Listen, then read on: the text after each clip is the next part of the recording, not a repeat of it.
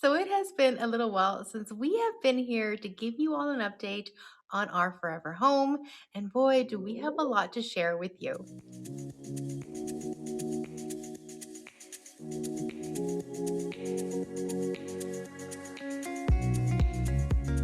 Hey there, my name is Yami. I am your Latina next door. Welcome back to Mi Casa. I have my husband here today, also known as the Latino engineer, but we all know him as Nelson as well. And we're just gonna pick up where we left off, which is Framing. As you can see, the house is framed already, but we're gonna go through the process of framing, and then just go through every step after that. We got a ton of information, so we're gonna try to fit in as much as we can on this video, and then we'll just progressively go through the whole process. So we got a lot of stuff to film, so let's start. all right. So we're gonna talk about framing. And Nelson actually happened to find our framer just on an off chance that we just happened to be driving down the road. We noticed that there was a house being built about, I don't know, maybe 3, 4 miles away from where we live. And the house went up pretty quickly and it looked pretty good as far as the framing was concerned. So I told Nelson, since at that point we still hadn't found a framer, just drive over there and ask who's framing that house. So that's what he did. And you came across the GC, right? Who gave you the framer's information. Yeah, I just stopped at the property. The people that were working there, they were doing other stuff. I think they were doing siding or some other work. And I was just like, well, hey, can you send me the information for the framers? And they're like, well, here's information for the general contractor. Talk to him. And if he wants to send you, their info, they're going to send it to you. And which I did. I talked to the general contractor that was building that home. He was, super nice guy.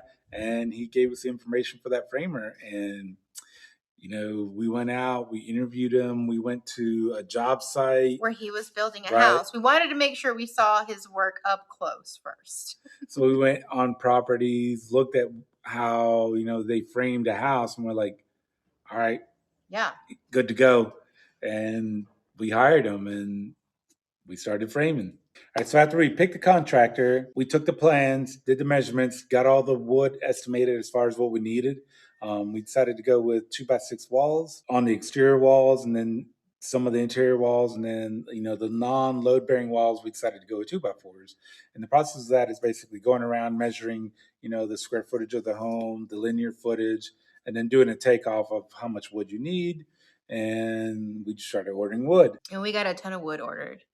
So as soon as we were done with the safe room, that's when they started coming out and working on the framing. And what they did was they started chalk lining the entire slab. Yeah, and that's they go out with a really big chalk line. Normally you get the little ones, but they have like the really big chalk thing, so they can go from one side to the other, measure everything, make sure everything is square, and if they need to make any adjustments to anything, you can do that because you're building a house out of wood, so it's like you can cut certain little things to make sure everything is square. And they did. They found they made adjustments, which was nice, and we got to see it, firsthand. He would come over and show us, hey, this over here needs a little bit of adjustment, and then he did his thing, and we were happy. The walls started going up fairly quickly as far as the first floor was concerned. Right, and what we have between the first and the second floor is trusses, and we decided to go with engineered trusses, which kind of looks like a triangle, and it allows you to have space so you can run your HVAC, your plumbing, electrical, or anything you want in between the floors, because you have different versions of subfloor you can have. Why don't you tell them the 3 different types?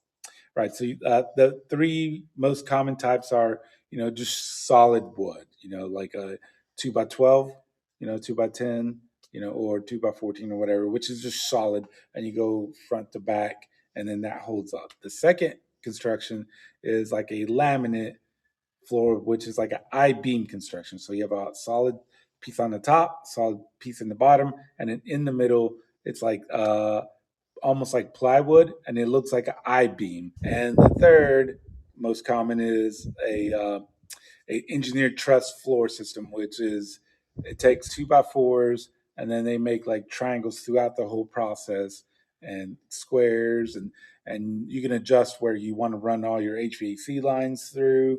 You went with those because It was just better for us to already have the spaces between those floor trusses so that you wouldn't have to drill anything. They wouldn't have to come in and drill any of the holes for any of the piping, electrical, or HVAC. And this way, it did not compromise the integrity of those beams holding up the floor. Our first floor walls are built on site. They're regular built, I guess stick frame, I guess is what they call it, Right, right? just standard dimensional lumber. Right. And then, as you can see, you can kind of see them behind us. Then you have the floor trusses that go above the first floor. Go Which ahead. is an engineered system. Yes, he wants to get his words in there. And then you have engineered second floor trusses, if you will. Roof trusses. Roof trusses. But the way ours is because since our second floor is kind of within the roof walls, meaning our pitch is like this and our rooms are in between. So not only are we having the roof trusses engineered, but it also includes the layouts of the bedrooms inside. So we had like 3 different kinds of build, right? Like for our house. Right. So the roof trusses actually make the rooms themselves instead of stick frame like the first floor. So the first floor Right. is stick frame. You have the floor trusses between the first and second floor, and then the roof line is made of the roof trusses. So we decided to go that way, first of all, because we trusted that the trusses would all be built correctly because this was our first time doing this and handling this. So we figured, okay, this is engineered, this is done based on the plans and the specs. So those should be good to go. And of course, not everything goes as planned because this is construction, right?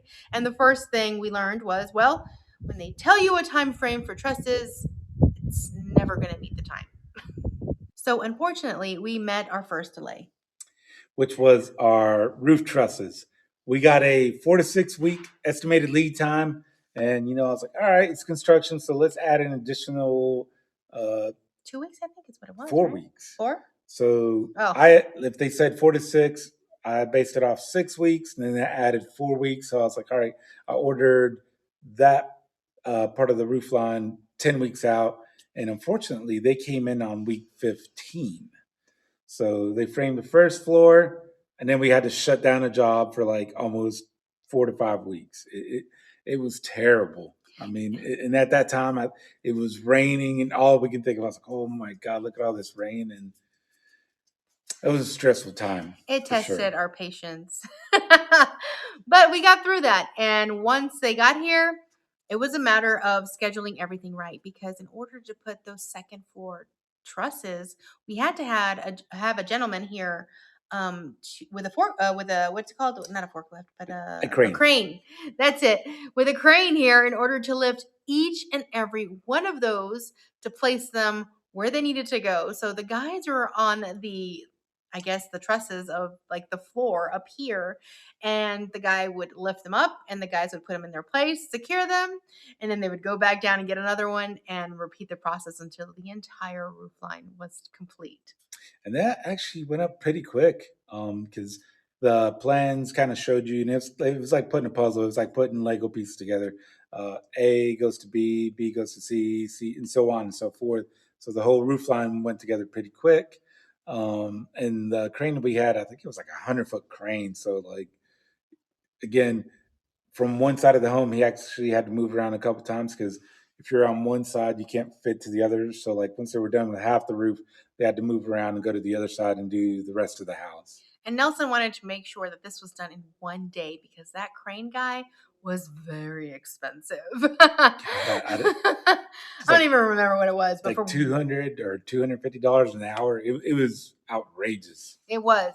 So luckily, Nelson, did it right. He had the framers out here. He had the crane guy out here, like at the crack of dawn, and they did it. They did it in one day, and it was a beautiful sight to see it finally going up. It was very entertaining. So entertaining that our front door neighbors actually came out, sat on their front deck with their drinks in hand, and just kind of like just watch what was happening. It was actually pretty hilarious because we never see them come out. So yeah, so it was a very exciting day that day. We saw a lot of things happen. We got a lot of great footage for you guys to see. on the B-roll. So I hope you enjoy. All right, now that is our first load of lumber. While they're working on the storm shelter room over there, they're bringing the lumber in, and the framers are coming in the next day or so, and that will actually start looking like a house.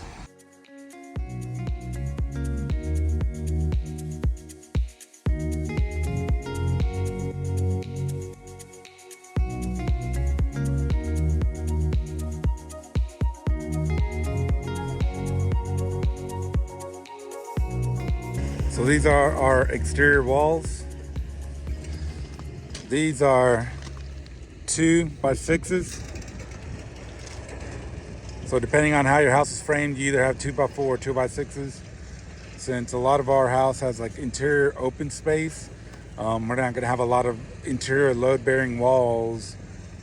We are using 2x6s and LVLs for like the spans and all that good stuff. So, and a little bit of damage there, but that is what is expected.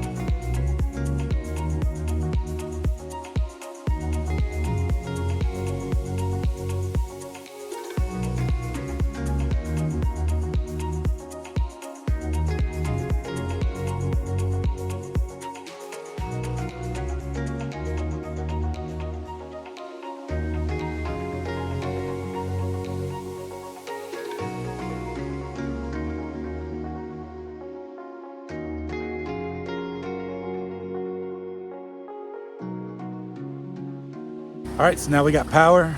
That generator back there is super expensive. Now we can turn it off and use actual power. Yeah. We got this right here.